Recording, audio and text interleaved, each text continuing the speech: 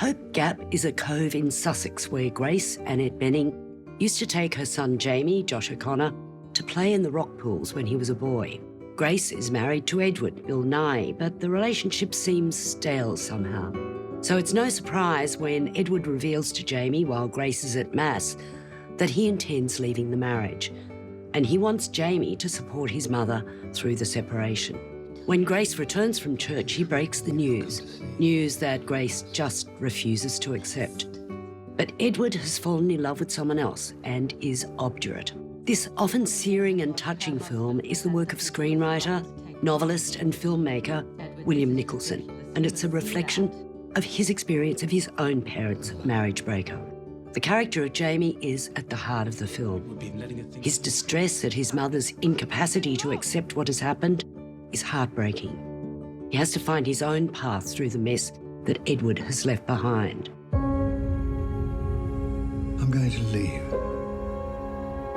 Look, Edward. You can't just walk away after 29 years. You have to try. I have tried for 29 years. No. It's based on a play that Nicholson wrote, The Retreat from Moscow, and the devastating loss of Napoleon's men in that retreat is referred to often in the film as a metaphor for those who survived at the cost of the wounded and dying. The marvellous performance in the film comes from Bening. She is truly extraordinary as this woman who is creating an anthology of verse to deal with life's ordeals, but is incapable of accessing it herself.